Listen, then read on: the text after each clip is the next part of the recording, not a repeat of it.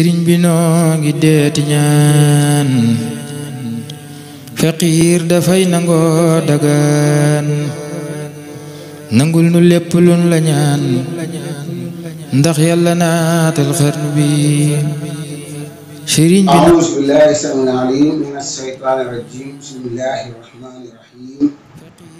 alhamdulillaahi wasalaatu wasalaamu alaa asrafil mursaliin sayyidina muhammadin makiin wa alaa aalihi wa sahbihi wa man tabi'ahum bi ihsaanin ilaa yawmi diin. mbokki jullit yi mbokki taalibe yi ñuy seetaan ci Kër TV fu waaye man di nekk ñu ngi lay nuyu bu baax di la gërëm di la ziyaare di leen dalalaat ak jàmm ci seen émission bii di jotaayu jàngatu ndongo daara. ñu am mbégte bu baax nag desuwaat ci tey jii fas yéene jàngat ci li nga xam ne si moo jëm ci discours président Macky Sall bi passé wax dëgg yàlla amuñu woon yéene def ci jàngat waaye dañu ko réclamer c'est-à-dire dafa am mbokk yu ko sàkku ni nañ ci def jàngat comme nag ñun wax dëgg yàlla li ñuy def yéen a tax ñu koy def maa ngi jégalu lu baax comme li ñuy def yéen a tax ñu koy def bu nga ñu sollicité rek incha allah rabbi forcément faaw ñu ñëw def jàngat ci li nga xam ne si moom ngeen ñu wax. mu mel ni nag ay points yu bari la lu jëm ci état d'urgence bi ak couvre-feu bi nga xam ne si nii levé nañ ko ak lu jëm ci li fonctionnaire bu ma mën a tuddee fonctionnaire wala médecin ak infirmier yi nga xamante ni état bi recruté waat nañ leen ak heure bureau yi nga xamante ni delluwaat nañ ko 17h à 14h loolu peut-être du ci sol lool. ak lii nga xam ne si ni ci la ñuy defee lu demee ni loisir yooyu moom dañ ko bàyyi dam demee woon ba léegi waaye tamit frontière aérienne yi nga xam ne si ubbi nañ ko muy lu jëm ci wàllum avion yi bàyyi frontière yi nga xam ne si moo jëm ci wàllum géej gi ak suuf si waaye tamit li nga xamante si ne moom moo di vol internationaux yi tamit autorisé nañ leen à partir de 15 juillet bu mën a wàcc ci réew mi ak beneen pompe ba jël si mu jëm ci maanaam mooy leen wax sànq muy frontière bi jëm ci wàllum suuf si ak géej gi yooyu kenn ubbeeku ko li ñuy njëkk a wax muy jëm ci wàllum couvre-feu bi ak li di état d'urgence bi mbokk yi bala ñu mën a wax naan dindi nañ ko ak dindi wuñ ko comme lépp mat na yemb na ban dindi nañ li jëm ci wàllum couvre-feu bi ak état d'urgence bi yooyu léegi li des nag mooy ñu tirer conclusion maanaam def dinaa lan ak lan moo ci xew ci biir couvre-feu bi ak état d'urgence bi li ci ëppati solo nag mooy ndax li taxoon ñu def ko am nañ ko wala amuñu ko ñu fàttali ni coronavirus moo nuyoo si fii ci réew mi ci àdduna bi yëpp ñu ni dañ koy xeex nag dañ koy xeexee avant ñuy digle ay masque ak dara dañoo wax ni dañuy décréter état d'urgence ak couvre-feu daal dem woote président fële ci assemblée nationale ñu woote président de la république benn projet de loi boo xamante ne da koy permettre mu gouverner par ordonnance c'est-à-dire décision bu mu bëgg di jël wala loi bu mu bëgg a woote dañ koy woote te du jaar sax luy dem assemblée nationale. ñu fàttali ni loolu bi ñu ko wootelee président Macky Sall ci la profité def décret boobu nga xamante ni ci la ñu fal benn nit ci la ñu def décret boobu nga xamante ni am na benn nit boo xam ne dañ koo jagleel muy fayee ko ay millions te amul njariñ réew mi ndaxte yorul benn fonction ba jamono ji ñuy wax ak yéen. loolu ban koy woote assemblée kenn wootu ko assemblée nationale bi ñu bàyyee président Macky Sall muy gouverner par ordonnance ci la profité ci occasion bi woote daal di décret boobu ngir kooku ñu naan Aminata Tall muy fayee ko millions yooyu gis nañ lépp mu siiw ci internet donte am na ay wedd yu ci am ñu fàttali ni état d'urgence bi ak gouverner par ordonnance bi moomay président Macky Sall loolu 1000 milliards yi nga xamante ni nee na dinañ ko financer te du jaar fenn c'est-à-dire du jaar ci duñ dem woote ji ko assemblée nationale kenn du ko génnee ministre de budget du ko yëg ministre de finance du ko yëg keneen ak keneen yoonam nekku ci mobiliser nañ 1000 milliards pour xeex ak Covid 19 bi li tax ñu mën a def loolu te jaarul assemblée nationale amul benn contrôle ñu fàttali ni gouvernement par ordonnance bi moo ko mooy président Macky Sall mu nekk ñaari conséquences. bi ci des mooy 1000 milliards yooyu nga xam ne décrété nañ ko ñu mobiliser ko ñaata moo ci génn gun ci officiellement 18,5 milliards yi nga xamante ne dañ ko jàppale Sénégalais ñu fay ko seen courant bi ak 69 milliards yi nga xamante ne nee nañ moom la ñu jëndee ndimbal yi lii moo ci génn gun officiellement lan moo ci des ñaata moo mën a des ci loolu te ndimbali dégg ngeen jafe-jafe yi ci am yëpp donte président nee na 79 virgule ak lu teg ci ñoo jot ndimbali am nañ ko mbokk yi xam ngeen 1000 milliards mooy ñaata lan la maa def ci réew mi ana lan moo ci des buñ ci génnee 18 milliards yooyu ak 69 milliards yi li ci des anamu ba tey jii amagul benn information bu ci leer wala en tout cas bu officiel waaye loolu lépp comité pilotage bi nga xamante ni tegoon nañ ko kan moo leen déggati fenn donte amoon nañ ay coow yi ci xew ak yooyu yëpp naan nan am prime ak ñi naan bu na am prime tey jii la Covid 19 gën a accéléré ci Sénégal tey la gën a métti tey la dee gën a bari ana comité pilotage bi président Macky Sall faloon pour ñu xeex Covid 19 kan moo leen déggati kenn déggatu leen mbokk yi mais ànd ak loolu lépp damay ñëw ci wàllum conséquence yu jëm directement ci wàllum état bi ñoo guma li jëm ci wàllum askan bi ndax couvre-feu bi ñu décrété woon ak état d'urgence bi ndax am na benn impact bu positif boo xamante ne am na ko ci askan wi je pense que non du ci askan wi du ci xeex Covid 19 ndax tey jii la feebar bi gën a bari tey la gën a métti tey la dee gën a bari te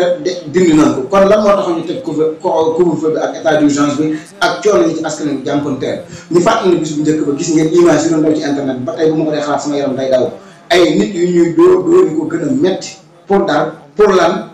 loolu lépp fu mujjee France daal di xëddeen amul fenn fu mujjee la doon xeex mujj ñu ko réussir tey la gën a métti tey la gën a tar ñu siy dóor ay nit image yi wër àdduna bi ñu ne Sénégal ñii la takk dee doon def askan wi mu nekk gàcc goo xam ne kenn mësu koo gis man de maa ngi ko doon di gis Sénégal dóor yu métti nii askan wi ci loo xam ne defuñu dara te ñoom seen jëm bopp ñu wax ni askan wi respecté nañ couvre-feu bi 95% bis bu njëkk bi ñu dóor leen dóor yu méttee noonu lii man mosuma koo gis image yu garaaw mu ngi ci internet ba léegi te mujjul fenn ànd ak loolu lépp ba ma xoolee ci internet bi gis ay policiers yu taxaw comme ay policiers la comme ñu mag doon en tout cas ñu sol ay tenue yor ay livre taxaw naan bu minute bu 20 heures jotee comme dajal ci mbedd mi gis ngeen nit ñi ñu ngi comme ñoo xamante ni du ay professionnels mais loolu état bi war na jël ay matuwaayam ndax formation bi moo des wala ñooñu doon ay policiers parce que man jàpp naa ne policier boo xamante ni am na formation bu baax wóor na taxaw yor ak liifam taxaw di tëkk ay nit ci internet di ko filmer di ko dugal ku ñu formé bu baax je pense que loolu war na ko dépassé boppam surtout koo xam jaar na armée ak ya ci aju yëpp koo xam dañ ko jox xaalis askan bi pour mu aar ci askan mu taxaw di leen def loolu comme kuy foog loolu aajo woon na enquête bu leer nañu xool ba xam kii policier la wala formation bi des na beneen bi ci des mooy ànd ak loolu lépp déggoo kenn ko def benn réaction ngir naqarlu dóor yooyu ñu doon dóor askan ak image yooyu doon circuler ci internet bi tam ni ay policiers ñoo ko doon def waaye ànd ak loolu lépp mooy ñin ci jàpp dégg ngeen soxna soosu nga xam ne da doon am doom ndeysaan ci guddi gi ngir bëgg a dem ci hôpital waaye policier am ci mbedd mi borom oto yi ñu téye leen a liggéey ñi ci seen njaboot lool ba mën ñoo liggéey mën ñoo dellu si bërëb liggéey kaay ñi ñàkk seen liggéey waaye ñi nga xamante nii toog nan mënuñu fexe ba dem faju ji ngir couvre-feu ak ragal coronavirus bi loolu lépp mu jéebul fenn ndax luñ doon xeex bi perte nañ ko ba ma ko mënee waxee noonu waaye lenn li ci des te gën cee yéeme mooy couvre-feu bi ak état d'urgence bi ni mu mettee ak ni mu taree tàddaloo ay baykat ñu dem bayi tee dem ay nit ñu dem hôpital dem faju ji ñàkk la nit ñi seen liggéey tey jii yëf yi gën a métti gën a tar ñu ni dindi nañ ko mais xam ban réew dañuy waxal xanaa waxuñoo Sénégal kay coronavirus lañ doon xeex tax ñu teg couvre-feu ak état d'urgence mu gën a yokk ñu ni dindi nañ ko président lu mu wax nañu fexee dund ak li nga xam ne si moom moo di virus bi mais am na benn point bu des rassemblement yi xam nga ay rumeur amoon na ñu naan màggal Tuubaa gën ko bëgg naa saa nangam sàngam bu fekkee rassemblement yi autorisé wuñ ko comme instant yi perte nañ xeex bi laa wax boobu day nuuf dëgg lool dañoo bëgg a éliminer màggal Tuubaa moom bu nekkee ni man wax boobu daw ma ko parce que musuma toog di xaar yooyu mais bu nekk dañoo dindi yëngal xeex ak coronavirus lépp ci wàllu matuwaay jëm ci état bi nee nañ sax marché léegi benn fan lañ koy tëj te marché léegi nit ñi dajaloo kenn xamul nu mu toll léegi rassemblement yi religieux yi nga xamante ne daan na amal réew mi njariñ ni kaame yi daan jàng ak alxuraan ji xasida yi nañ ko autorisé ci na mu gën a gaawee parce que la taxoon ñu doon xeex loolu mi ngi ba léegi te matuwaay yi doon xeexee dindi na ko en tout cas yu jëm ci état kon gàmm li daan am ci salaatu ala nabi waxuma gàmm sax waaye ak bisu àjjuma xasida yi daan jàng alxuraan yi daan jàng guddi gàmm kenn xamul ñaan yi daan ñaan ci kaw fii ci biir Sénégal ci kaw suuf màggal Tuubaa kasaalika naka noonu ñi ci daan profité ñëpp moo xam ñuy liggéey moo xam ñu néew doole ñi moo xam alxuraan ji moo xam diina ji loolu nañ ko autorisé waat ca na mu gën a gaawe moo màggal yi ci des comme bàyyi nañ lenn li ci desal lépp sinon bu ñu ko defut li nit ñi doon wax day bëgg a nuru dëgg man en tout cas gis-gis boobu laa am waxuma mukk na ne dañoo bëgg a éliminer màggal Tuubaa parce que loolu du ma taxaw sax di ko xalaat mais bu ñu autorisé wul affaire yi laa xel day tey c'est-à-dire waxul dëgg waaye yàq nay xalaat mu jëm ci wàllum dispositif médecine bi ñu yokkaat en tout cas loolu lu ñuy rafetlu la bu fekkee ni lu wér la lu ñuy rafetlu la aéroport yi nga xamante ni ubbiwaat nag ma aéroport international bi ak autorisé li nga xamante ni moom moo di vol international yi ba tey d'accord naa ci mais peut-être li tax ñu autorisé vol international yi foofu la contrôle bi gën a yombee ka oto yi ci suuf gi wala ci géej gi loolu xel mën a nangu la kenn mënu koo bañ waaye dafa am benn point bu des bu am importance boo xamante ni waxuñu ko muy yan jàngat wala sax yan leçon lañ war a jël ci mbirum coronavirus bii nii yiñ ci war a njëkk jël mooy suñu état yi dañoo mal informé c'est clair état bu Sénégal dafa mal informé parce que mbirum coronavirus ni mu ko jëlee woon ak ni ñu ko engagé woon ak fi ñu mujj da ngay xam ne ñi amuñu benn information ci li ñu judiciaire yi wala li xew ci àdduna ah man nan laa ko gisee ndax jël ay mesures état d'urgence couvre-feu door nit ñi xeex milliards comité pilotage nangam sangam opposition bi daje palais ba lépp mu mujjewul fenn kon tey jii bu dëgg dee dëgg rek coronavirus bi ñuy attaqué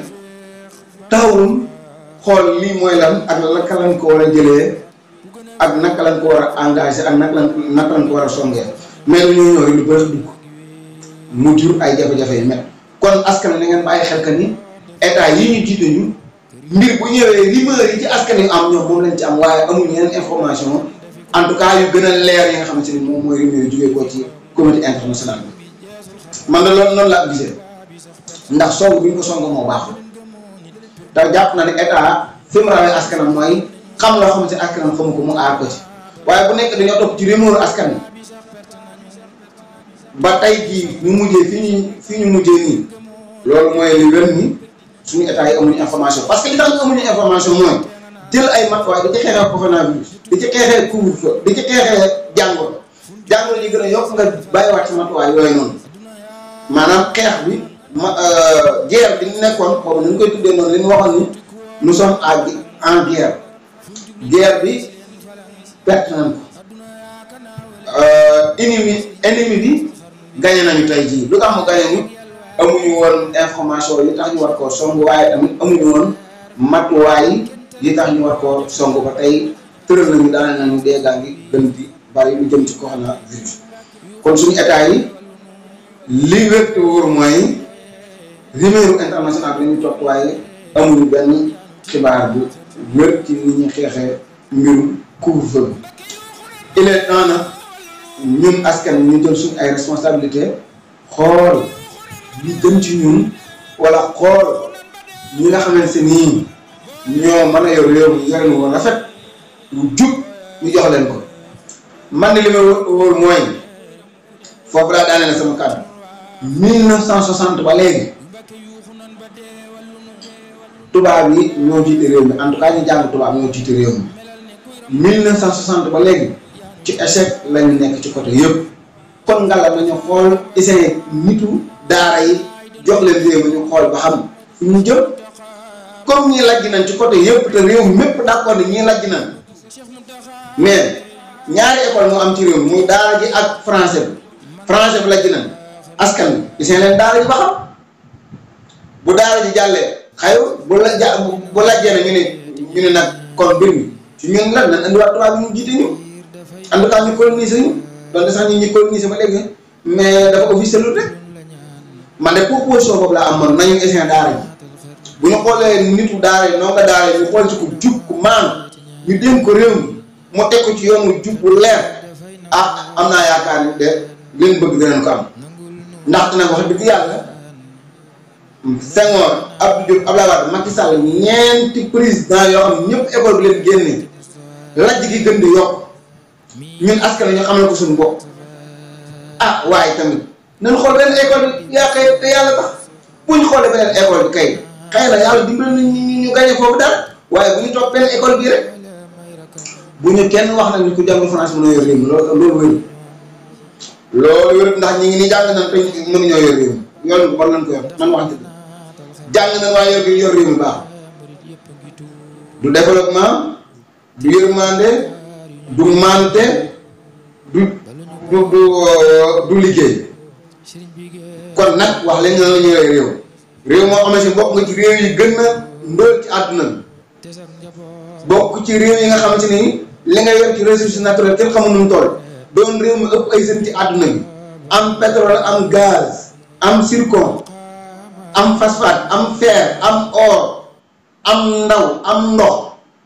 nawet bi ñëw am naaj te mënoo développé waaye tamit nag réew mi kon ña ko yor ñoo mën a développé waaye réew mi moom ñi ko yor bu fekkee ne am nañ xam-xam ak maam bu ñu ko mën a développé réew mën a développé dañu waxante dëgg ku waxul dëgg nag wax leneen dañu waxante dëgg matuwaay yi yëpp Sénégal am ko am ay borom xam-xam am borom xel am gaz ni ma ko waxee sànq am lépp te mën a développé kon ñi ñu yor ñooñu yorul bu baax waaye réew mi suñu borom wàcce na fi lu ko mën a développé parce que bu élection jotee nag bu ñu laajee askan jox leen lépp li ñu soxla tey mënuñu développé réew mi nañu xool école bi man mën na la gis nañu xool beneen école bi boobu nañu xool daara ji bu ñu xoolee daara ji